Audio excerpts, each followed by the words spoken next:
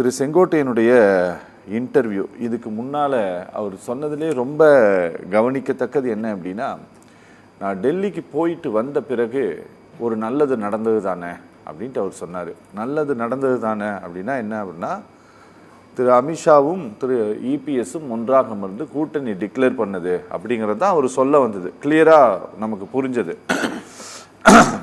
இது இவரை பின்னால் இருந்து யாராவது இயக்குறாங்க அப்படிங்கிற மாதிரியான சந்தேகங்கள் ஏதாவது எழுப்பலாமா, இல்லை தன்னுடைய எண்ண ஓட்டத்தை தொண்டர்களுடைய மனநிலையைத்தான் திரு செங்கோட்டையன் பிரதிபலித்திருக்கிறாரா?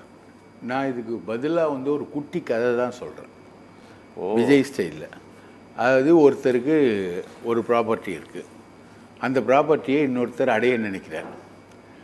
அவர் என்ன பண்ணுறாரு, அந்த ப்ராப்பர்ட்டியை சுற்றி இருக்கிறவங்க எல்லார்கிட்டையும் தகராறு வைக்கிறார்.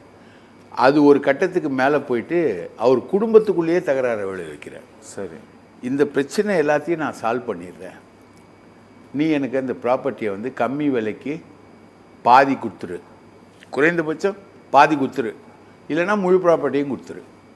இதுதான் அந்த தகராறு பண்ணுறவருடைய, அந்த ப்ராப்பர்ட்டி அடைய விரும்புகிறவருடைய கதை.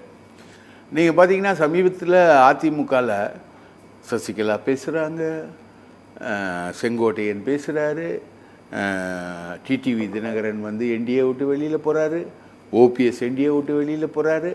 எல்லாருமே ஒரே பிரச்சனைகள் மயமாக தான் இருக்குது. தேமுதிக முறுக்கிக்கிட்டு இருக்கு, முதுகில் குத்தினார் எடப்பாடின்னு தேமுதிக சொல்லுது. பாமக பற்றி நம்ம பேசவே வேணாம், அது ஏகப்பட்ட பிரச்சனைக்குள்ளே இருக்குது.